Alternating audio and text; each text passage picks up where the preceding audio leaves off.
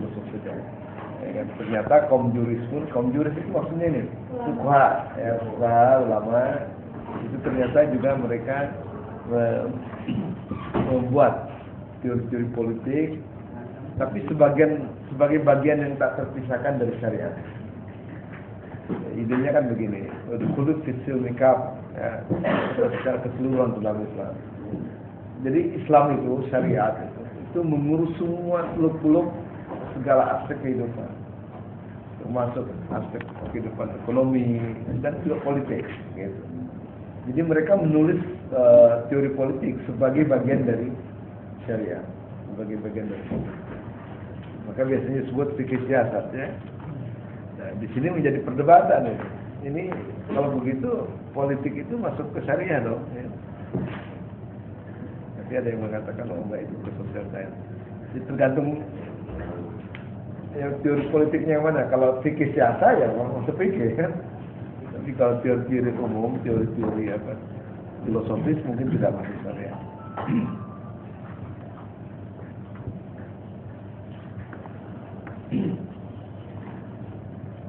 Karena itu sebelum mendiskusikan politik sebagai cabang ilmu filsafat, ada baiknya kita diskusikan terlebih dahulu sepintas perkembangan ilmu politik di tangan para ulama fuqaha yang kemudian memunculkan cabang tersendiri dalam ilmu fikih disebut fikih siasat, ya.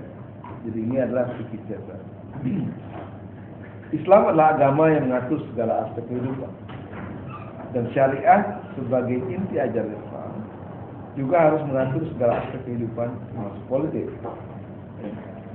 Fikih merupakan kristalisasi dari syariat Islam, dan karena itu juga harus mengatur kehidupan berpolitik dan negara. Itu asumsi dasarnya. Kenapa kaum juris itu berbicara tentang politik? Karena politik adalah bagian dari kehidupan, dan syariat harus meliputi segala aspek kehidupan. Dalam kenyataannya, justru politik para kaum juris inilah yang sebenarnya lebih berpengaruh dalam kehidupan nyata daripada teori-teori filosofis. Ya.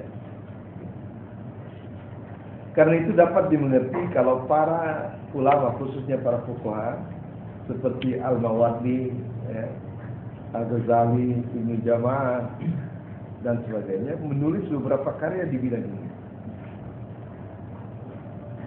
di mana soal kepemimpinan, pemerintahan, termasuk administrasi negara didiskusikan. Karya-karya mereka bukti telah menjadi sumbangan yang tak ternilai harganya dalam bidang politik. Dan sekalipun para filosof menulis karya ilmiah tentang politik, namun teori politik kaum jurislah yang sebenarnya lebih berpengaruh terhadap kehidupan politik yang nyata dibandingkan dengan teori politik. Demi pengetahuan ya dua-duanya harus kita pelajari. Tapi kalau yang lebih berpengaruh terhadap kehidupan politik nyata itu adalah politiknya kaum juris. Nanti kita akan diskusikan masing-masing teorinya. Tapi ini secara umum saja perkembangannya dulu, ya. Berbeda dengan teori politik para filosof, teori politik kaum juris sangat kuat dipengaruhi oleh syariat yang bersandar pada Al-Quran dan Sunnah dan para sahabat, Sunnah Nabi dan para sahabat. Jadi ciri khasnya adalah bahwa mereka bersandar pada Al-Quran dan Hadis. Nanti di dalam prakteknya sebenarnya teori-teori yang di luar Al-Quran juga berpengaruh pada mereka. Tapi ciri khasnya adalah bahwa sumber yang mereka pakai adalah Quran dan Hadis, Quran dan Sunnah, baik Sunnah Nabi maupun sahabat. Tapi dengan kebijaksanaannya, fuqaha juga mampu berinteraksi dengan kondisi zamannya. Para faqih menulis teori politik dalam karya mereka biasanya dalam rangka memberikan solusi terhadap problem nyata yang timbul dalam kinerja politik para penguasa yang sedang berkuasa saat itu. Jadi sebenarnya begini, ulama sering membantu kesulitan yang dihadapi oleh penguasa Ya, misalnya berkaitan dengan hukum, ya kan, berkaitan dengan administrasi negara dan sebagainya. Jadi ulama diambil sebagai penasehat, kapasitas penasehat itu.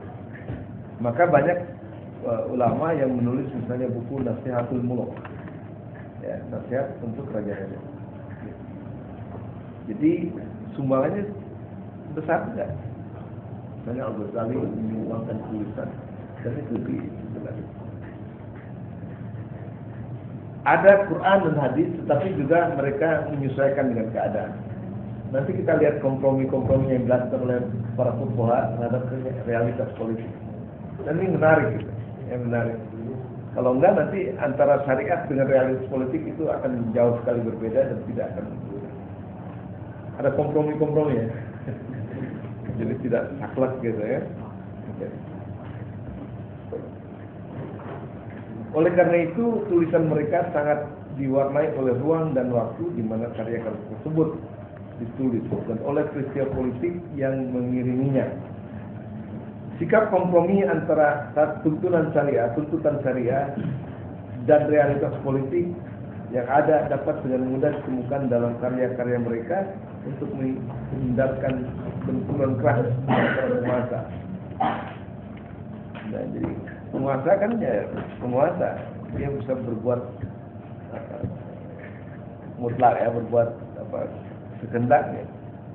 Jadi para ulama berdiri di sebelahnya untuk memberikan arahan. Syukur kalau diikuti, ya. Paling nggak dia sudah mengingatkan gitu kepada mereka. Dalam realitasnya yang mungkin mereka tidak sepenuhnya. Ya. Oke. Berbeda dengan teori politik. Oke. Berbicara tentang sumber pemikiran dan teori politik para fuqaha, maka tentu saja kita harus merujuk pada sumber fikih mereka. Jadi karena politik ini adalah bagian dari fikih, maka kalau kita bicara tentang sumber teori mereka adalah sama dengan sumber fikih mereka, ya kan? Jadi itu secara keseluruhan fikih itu secara keseluruhan sumber yang digunakan oleh fikih itu juga menjadi sumber bagi teori politik mereka yang disebut fikih siasat, ya. Maka tidak diragukan lagi bahwa sumber utama pemikiran politik mereka adalah Al-Quran dan Sunnah Nabi. Masih ada nggak? Oh, ada sepertinya.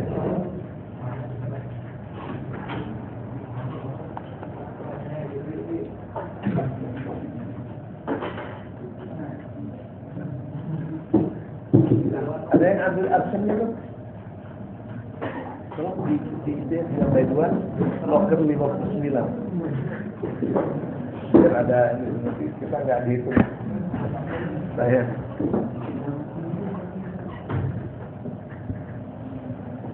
Ya, jadi karena teori politik fuqaha ini bagian dari fikih, maka sumber yang digunakan adalah sama dengan sumber yang digunakan untuk fikih mereka.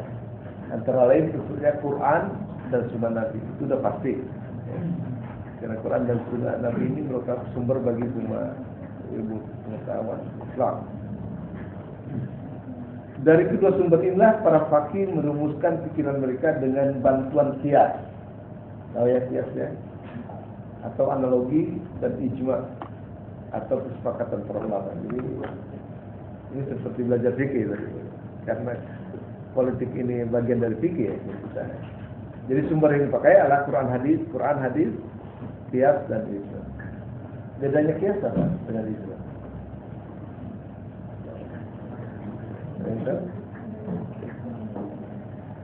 Ya, jadi kalau ijma apa ijma? Kesepakatan dari ulama. Ya. Jadi kalau misalnya ada problem masalah hukum, ya kan, ini berpendapat begini dan sebagainya, maka kemudian berkumpullah beberapa ulama untuk menyepakati sebuah kesimpulan atau keputusan. Ini ijma. Kalau qiyas, analogi maksudnya?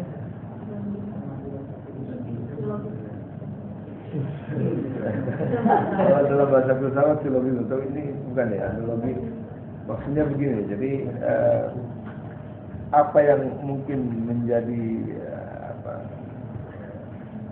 apa yang ada di dunia Arab mungkin belum tentu ada di dunia yang non Arab, di luar Arab. Termasuk makanan pokok orang Arab dengan makanan pokok di luar Arab mungkin berbeda. Kalau kita misalnya mau bersedekah dengan kurma, kurmanya aja jarang ya kan, dan bukan makanan pokok kita. Ya. Jadi kalau orang Arab misalnya dengan kurma, maka apa yang kemudian pantas? Apa yang kemudian bisa dianalogikan, ya kan? Dan kalau dalam kasus Indonesia, maka jadi berat. Ya. Kalau kita ke Timur Barat, mereka nggak makan beras, makannya apa?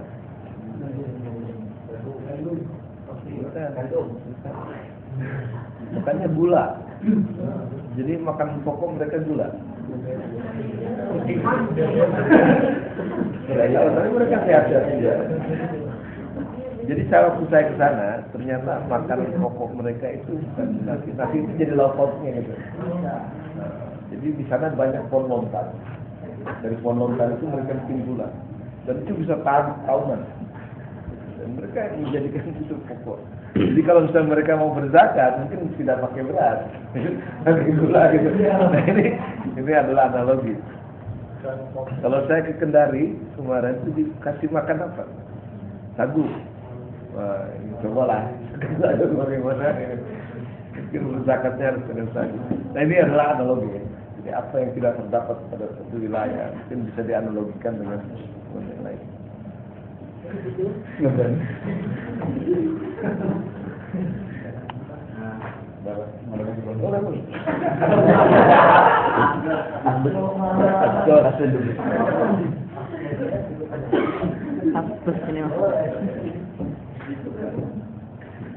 Kehidupan harus diatur sedemikian rupa sehingga umat dapat mempersiapkan diri mereka bagi kehidupan akhirat nanti dengan menyerahkan keinginan mereka kepada keinginan Allah. Islam. Jadi ada teorinya ya. Jadi apapun yang kita harus lakukan itu adalah kita menyerahkannya kepada kehendak Allah. Jadi Islam itu dari kata apa? Aslama yuslimu. Islam artinya apa? Menyerahkan diri. Menyerahkan diri maksudnya gimana? Menyerahkan diri itu bukan pasrah. Jadi manusia kan punya kehendak. Allah punya kehendak. Kadang-kadang kehendak manusia cocok dengan kehendak Allah. Tapi seringkali bertentangan. Ya, misalnya habis nonton bola sampai jam 3, habis itu tidur. Nah, baru tidur 1 jam dipanggil oleh Allah ya, suruh sholat subuh. Ada nggak kontradiksi antara keinginan kita dengan kehendak Allah? Nah, kalau kita benar-benar Islam, kita serahkan kehendak kita kepada Allah. Maka apapun ngantuknya, bagaimanapun ngantuknya, kita pergi ke masjid untuk sholat. Ya kan? Namanya itu taslim itu ya. Jadi Islam itu menyerahkan kehendak kita. Dan itu karena ini teori politik adalah bagian dari fikih, maka kita harus juga begitu. Ya, dalam berpolitik itu kita harus menyerahkan pada kehendak Allah. Jadi, apa yang dikehendaki Allah dalam masyarakat. Nah itulah yang harus kita pegang sebenarnya gitu. Ya. Jadi jangan berpolitik sendiri gitu tanpa memperhatikannya kan, karena dalam Islam itu yang penguasa mutlak kan Allah. Kita ini adalah wakilnya. Kalau wakil itu kan harus, apa yang harus dilakukan oleh wakil? Melaksanakan apa yang diinginkan oleh yang diwakili. Jadi menjalankan. Boleh nggak seorang wakil kemudian menyelewengkan? Ya namanya bukan wakil. Itu pengkhianat ya namanya. Jadi kalau kita khalifah, maka kita harus mengikuti apa yang diwakili oleh kita, ya kan? Nah, yang diwakili oleh kita apa? Harusnya kehendak Allah. Tapi kehendak Allah itu ada di dalam Al-Quran. Maka kita harus memahami Al-Quran untuk memahami kehendak Allah. Untuk berislam yang baik adalah untuk memahami kehendak Allah.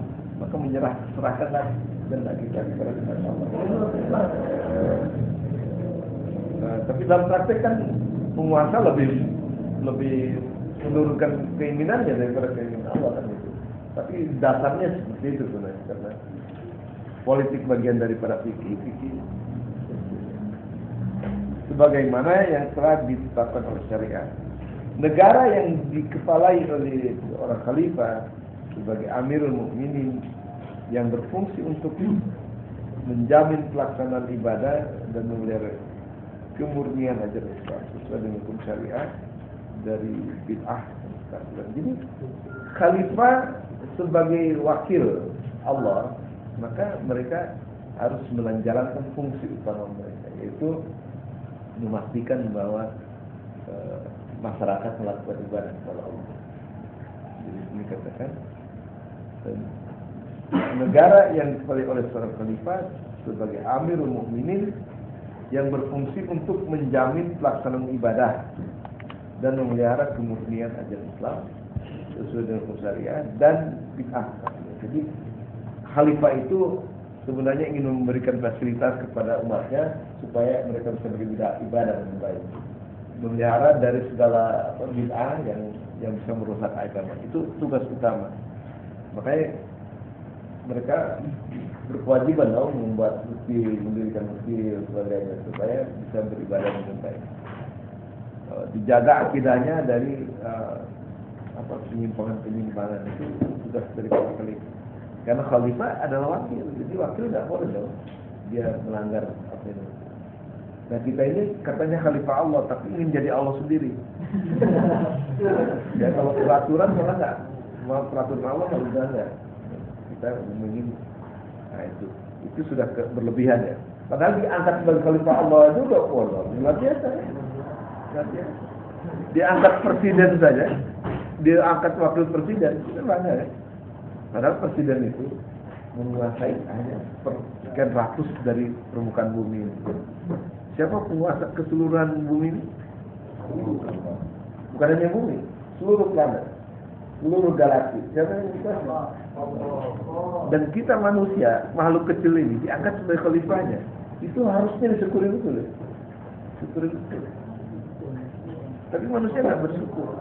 Inginnya nggak mau jatuh. Inginnya jadi Tuhan sendiri kan. Nah akibatnya ya kalau ingin jadi Tuhan padahal bukan Tuhan ya nantinya berantakan dong. Tidak punya kemampuan ya. Jadi tugas utama menurut daripada khalifah adalah menjamin pelaksanaan ibadah dan memelihara masyarakat dari kemurnian ya, kemurnian agama dari segala bid'ah dan kekafiran. Jadi khalifah itu kalau misalnya ada ide-ide yang penyelenggara dan sebagainya itu harus menjadi concern juga bagi itu. Dengan begitu kekhalifahan telah menentukan dengan jelas kewajiban-kewajiban warganya dalam sebuah lembaga hukum yang telah dikelompokkan dan dikodifikasi sesuai dengan fikih. Hukum agama Islam dirancang untuk meliputi seluruh aspek kehidupan manusia. Jadi fikih itu bukan hanya mengatur ibadah ya, ibadah mahdhah. Tapi luar biasa, masalah muamalah, masalah ibadah, masalah diatur. Ya. Bahkan sampai soal waris, soal family law, hukum keluarga, menikah dan sebagainya itu diatur dengan sangat baik. Para fuqaha sebagai penjaga hukum Islam di masyarakat kemudian memberikan respon terhadap realitas politik yang ada dalam karya-karya mereka yang meliputi konsep kekhalifahan berdasarkan pada Al-Quran dan Sunnah dan pada kearifan masing-masing ketika melakukan ijtihad dan penyusunan terhadap realitas politik yang sedang berlaku.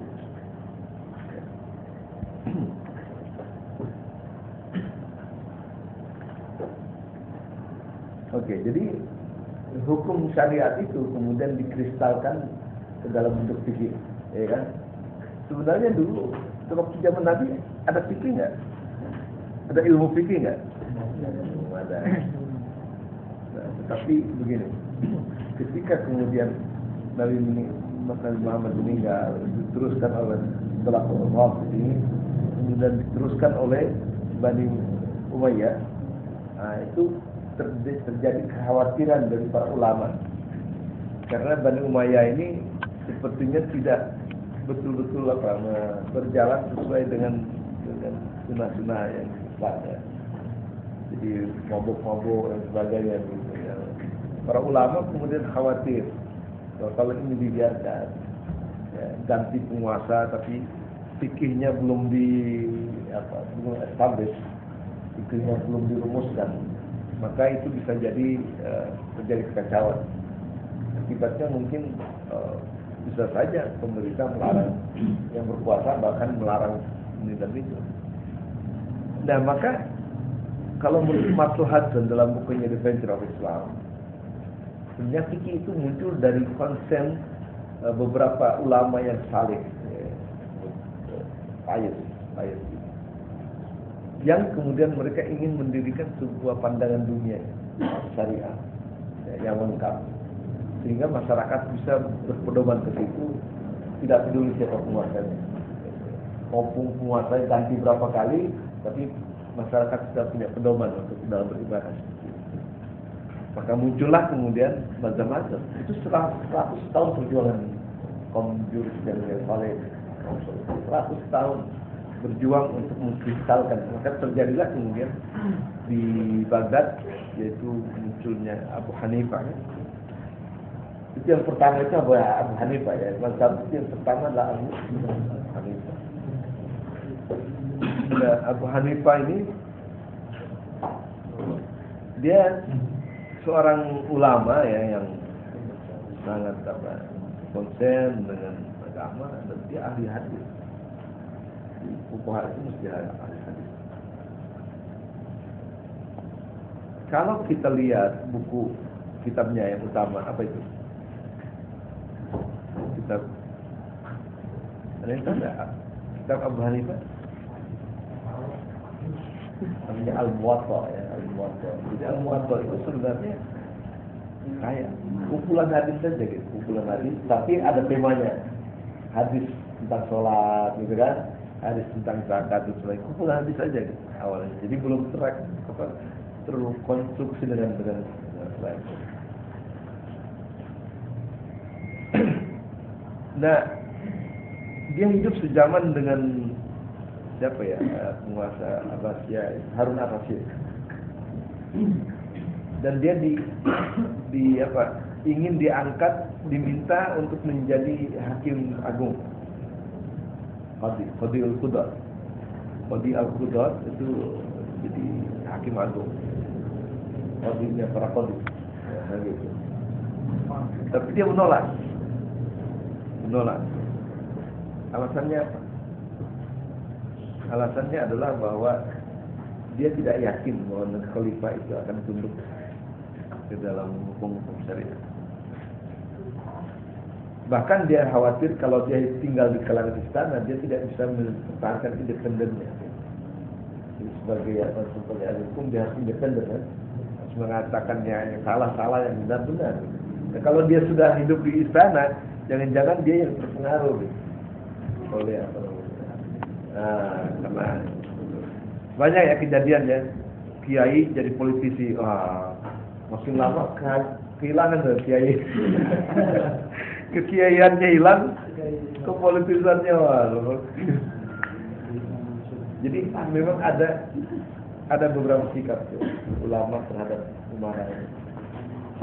Ada yang menjauhkan diri, khawatir bahwa kedekatannya dengan penguasa membuat dia mandul, membuat dia tidak baik untuk mengatakan kebenaran. Selain itu, Abu Hanifah juga adalah orang kaya ya, bukan orang kaya, dia pedagang. Jadi untuk membiayai kehidupan sehari-harinya cukup, tidak perlu lagi bermewah-mewah ya.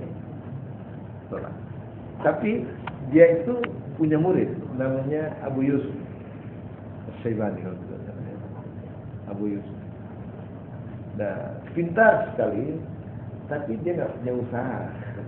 Secara ekonomi kurang ya. Maka karena Harun ar-Rasyid tidak berhasil, menjadikan dia sebagai maka dia meminta muridnya itu Abu Yusuf. Maka kemudian Abu Yusuf menerima jabatan qadhi dengan alasan bahwa kalau pemerintah lalu tidak ada penasehat pendamping yang mengerti hukum, maka apakah tidak akan mendatangkan kemudaratan. Jadi dia menerima dengan alasan bahwa siapa tahu kalau saya di dalam pemerintahan, saya bisa melakukan kontrol terhadap khalifah, juga bisa menyumbangkan. Maka dia menurut kitab Al-Kharaj itu tentang pajak. Jadi dia menurut tentang pajak. Dan dia selalu mengingatkan kalau khalifah itu kan suka minum-minum dan sebagainya. Dia mengatakan bahwa walaupun Anda khalifah, tapi Anda bertanggung jawab terhadap apa yang Anda lakukan. Semua ada perhitungannya dan Anda menjawabkan apa yang Anda lakukan. Perbuatan yang buruk akan dibalas.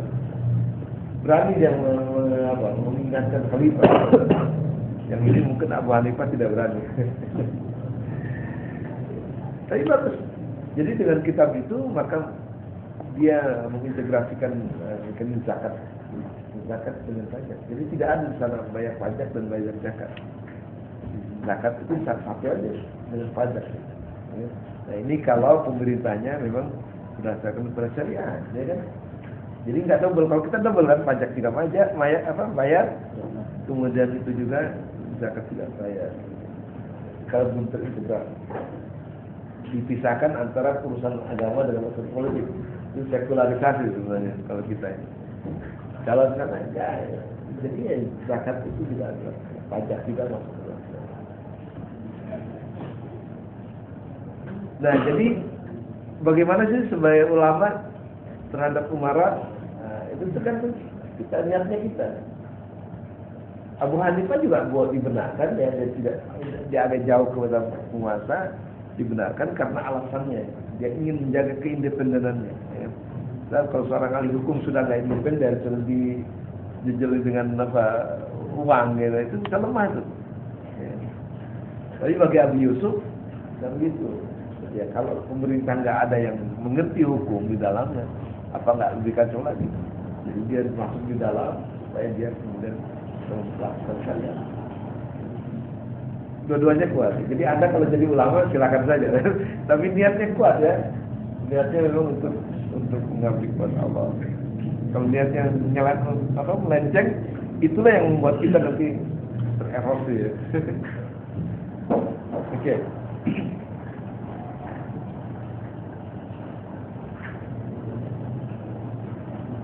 Maka fuqaha berpegang teguh sebisa mungkin pada prinsip-prinsip utama yang telah ditetapkan oleh Al-Quran dan Hadis. Fungsi dan wewenang khalifah pun didefinisikan oleh fikih.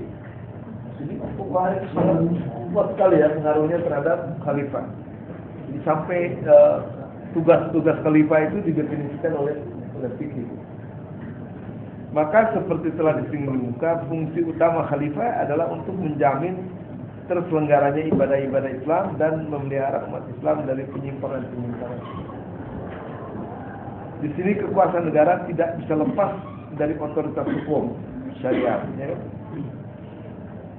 Jadi dalam Islam, dalam teori politik Islam kaum juris, itu penguasa nggak bisa lepas dari kontrol syariat. Ya. Karena yang penguasa utama adalah Allah. Ya.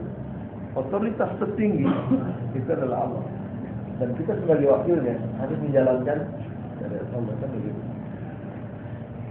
Syariat adalah norma terakhir dan satu-satunya standar umum yang bisa diaplikasikan kepada kehidupan dan dijalankan dalam berbagai situasi dan kondisi yang kadang sangat berbeda dari satu tempat ke tempat yang lain.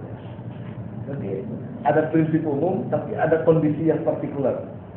Nah, para fuqaha biasanya mengadakan kompromi-kompromi. Nanti ada kisah yang menarik kan dalam kasus Al-Ghazali. Kompromi-kompromi. Ya. Karena itu maka perlu ditemukan otoritas dan jaminan struktural untuk sebuah situasi, keputusan dan pelembagaan dalam realitas politik.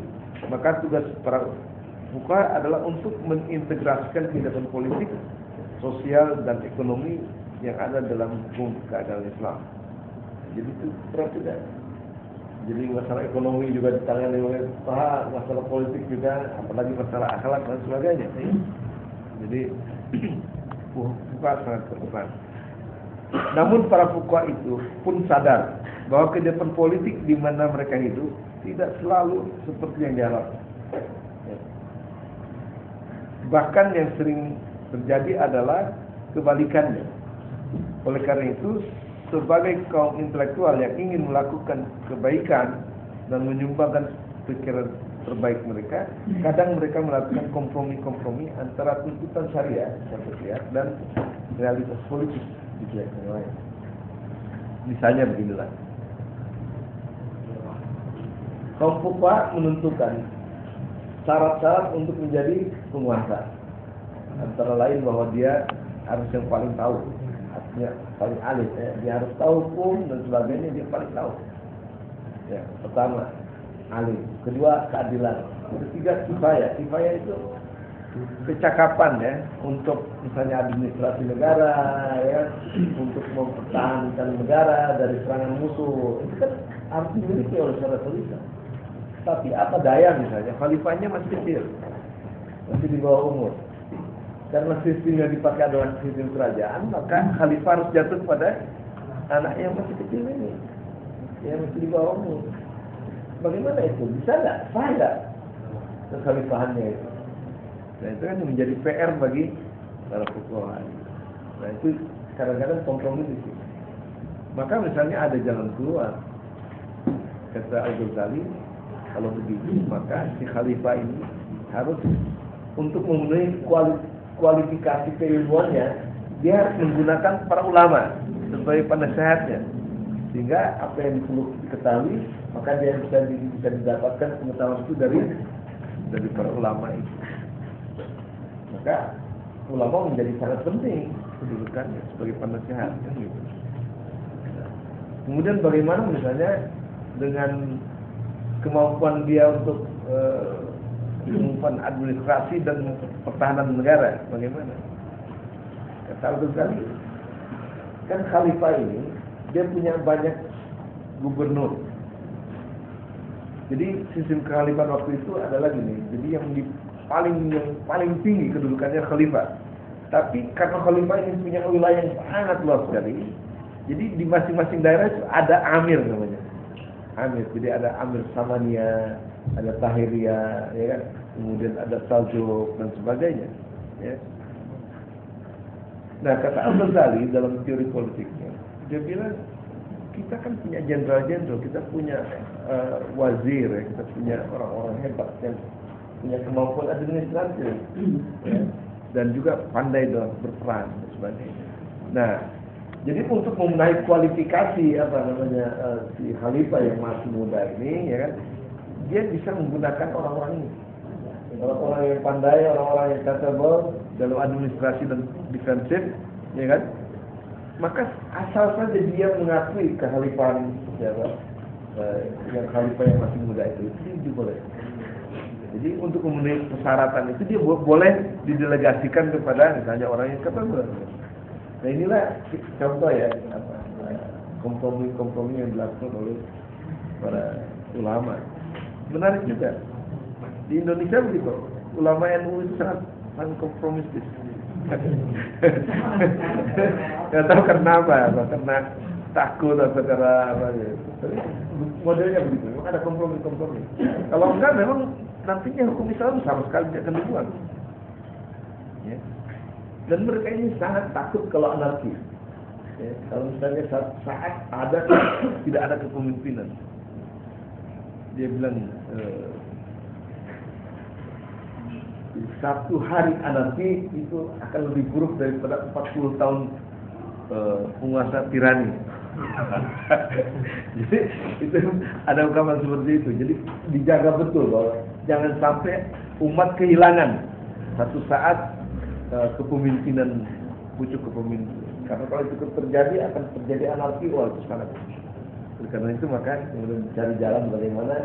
Nah, ini teori-teori politik dari fuqaha. Oke, kita teruskan.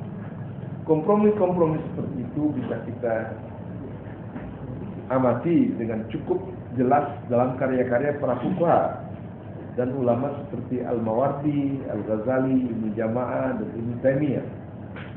Mari kita mulai dengan Al-Mawardi. Nah, ini apa yang dilakukan oleh Al-Mawardi.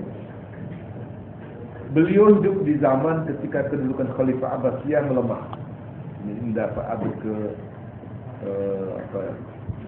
12-an. Sedangkan yang berkuasa de facto adalah Bani Buwayhiyah, ini abad ke-10. Ya. Baik di pemerintahan pusat Baghdad dan sekitarnya. Kemudian adalah Mahmud Al-Ghazna yang secara efektif menguasai daerah Persia. Ada semacam dualisme kekuasaan khalifah, yaitu Khalifah Abbasiyah, dan kekuasaan amir-amir, yakni Buwayhiyah dan Mahmud Al-Ghazna. Jadi realitasnya begitu.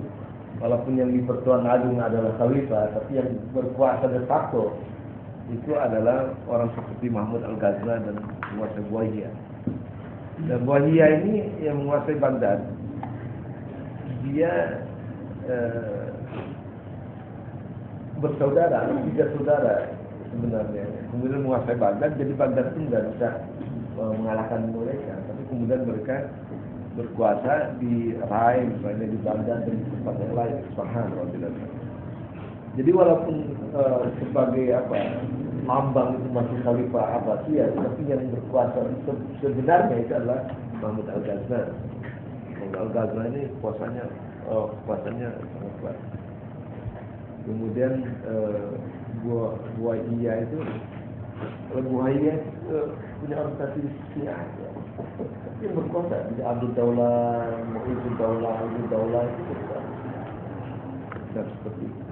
Jadi Al-Mawardi hidup di zaman seperti itu ya. Bagaimana Al-Mawardi mengatasi hal itu? Secara ideal tentu saja khalifah sebagai pemimpin, imam adalah yang harus memiliki kekuasaan penuh, baik atas masalah keagamaan maupun politik. Ya idealnya kan begitu. Ya. Jadi harus kekuasaan itu di tangan khalifah, idealnya. Ya. Tapi masalahnya khalifah yang ada tidak lagi memiliki kekuasaan real atas pemerintahan. Jadi kayak mereka aja gitu. Ya.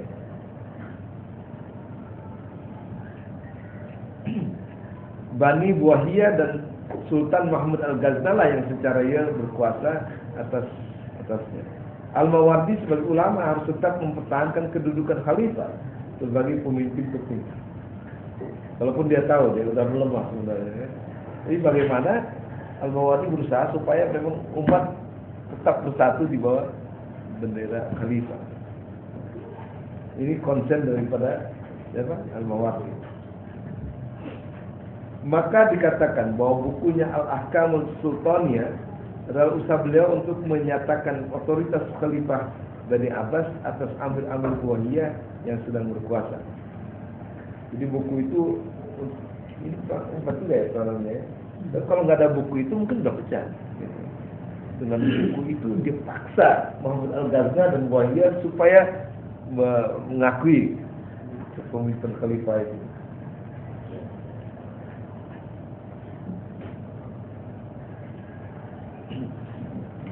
Sultan Mahmud yang berkuasa tanpa tandingan di Persia telah mengangkat gengsi sang khalifah di Baghdad dengan menyatakan kesetiaannya kepada Khalifah Bani Abbas. Jadi setelah berhasil itu dia jadi prestasi khalifah menjadi naik ya, karena Mahmud Al-Ghazna itu yang berkuasa di Persia sebenarnya tunggal satu-satunya di Persia.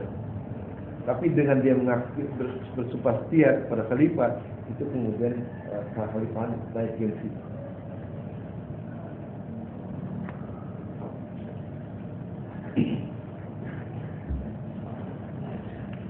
Sultan Mahmud yang bukan tanpa tandingan telah mengangkat gengsi khalifah di Baghdad dengan menyatakan kesetiaannya kepada Khalifah Bani Abbas. Jadi karya Al-Mawardi dimaksudkan sebagai basis teoritis bukan hanya bagi otoritas sang khalifah, tapi juga bagi pemilahan dua wilayah kekuasaan antara khalifah yang berwenang di wilayah keagamaan dan amir yang memiliki kontrol administrasi sipil dan yang efektif atas dasar persetujuan khalifah. Jadi akhirnya ada semacam pembagian ini. Kalau untuk keagamaan khalifah, jadi khalifah Baghdad ini yang berkuasa. Tapi kalau untuk administrasi itu serahkan kepada amir. Nah, ini model apa ya? Model teori politik yang dikemukakan oleh Al-Mawardi. Jadi ada dua kekuasaan yang beradu, tapi kemudian dia kompromikan dengan mengatakan oke, khalifah harus diakui sebagai politik tinggi, tapi dia wewenangnya pada wilayah agama. Kan dikatakan ini Abu Bakar, Umar, Utsman dan Ali itu kan khalifah Rasulullah, khalifah waktu Rasulullah, tapi itu otoritasnya pada politik. Ya, soal keagamaan kan nggak bisa digantikan. Tapi dalam prakteknya ya mereka juga adalah yang mengayomi soal keagamaan juga. Jadi Khalifah Baghdad yang dianggap sebagai otoritas tertinggi itu diberi wilayah kekuasaan, yaitu wilayah keagamaan. Sedangkan Mahmud Al-Ghazna dan Muawiyah, ya kan, yang itu berkuasa de facto itu diberikan kekuasaan administratif. Jadi ini usaha seorang Al-Mawardi ya. Ini kita belum bicara politiknya ya, tapi ini kedudukan akam sultaniyah. Mengapa harus ada persetujuan khalifah? Nah, inilah ciri khas dari pemerintahan Islam sebagai kesatuan religi politik di bawah otoritas hukum Islam yang mengangkat penguasa dan yang dikuasai. Kalau seorang penguasa masih ingin terus berkuasa, maka ia harus mengikuti aturan ini. Jadi kalau misalnya kayaknya sepele ya, mengakui setia kepada khalifah. Tapi kalau dia nggak mau, dia nggak bertempat. Ya, jadi memang luar biasa kekuatannya. Dan ini adalah berkat jasanya Pak Al-Mawardi. Ya. Kalau seorang penguasa masih ingin terus berkuasa, maka ia harus mengikuti aturan. Kalau tidak, jangan harap kekuasaannya akan bertahan lama. Legitimasi agama adalah oleh para fuqaha sangat penting untuk diperoleh dan dipertahankan. Jadi kalau ulama sudah menyetujui, tapi kalau ulama tidak memberikan persetujuan, kekuasaan akan terancam. Kompromi yang dibuat oleh Al-Mawardi dapat dilihat dalam aspek yang lain dari teori politiknya. Jadi soal pembagian kekuasaan ya. Yang satu kekuasaan agama, yang satu administratif. Salah satu komponen yang tidak bisa ditinggalkan dalam teori kekhalifahan yang menjadi konsen seluruh kaum juris adalah syarat-syarat yang harus dimiliki dan dipenuhi oleh seorang khalifah. Ada 7 syarat atau kriteria yang beliau singgung dalam bukunya. 1, adil. Ya. Karena tugas utama sang khalifah adalah menyelenggarakan keadilan sesuai dengan petunjuk Al-Qur'an. 2, ilmu. Karena sang khalifah harus memiliki ilmu pengetahuan tentang sunnah atau tradisi yang memungkinkannya untuk membuat keputusan yang mandiri dan beristihad. Jadi sebagai otoritas tertinggi, maka khalifah sebagai pemimpin dia harus mengambil keputusan. Dan kalau keputusan itu menyangkut soal agama dan sebagainya, mereka juga harus punya kemampuan. Jadi adil dan ilmu. Adil 1, ilmu 2. Kemudian 3, sehat secara fisik maupun mental agar bisa melaksanakan tugas-tugasnya sebagai penguasa. Jadi kalau lemahnya fisik, fisiknya lemah, cacat, itu tidak dianggap capable. Maka walaupun bagaimana dia ini anak raja dan sebagainya, itu tidak memenuhi kriteria itu. 4, berani.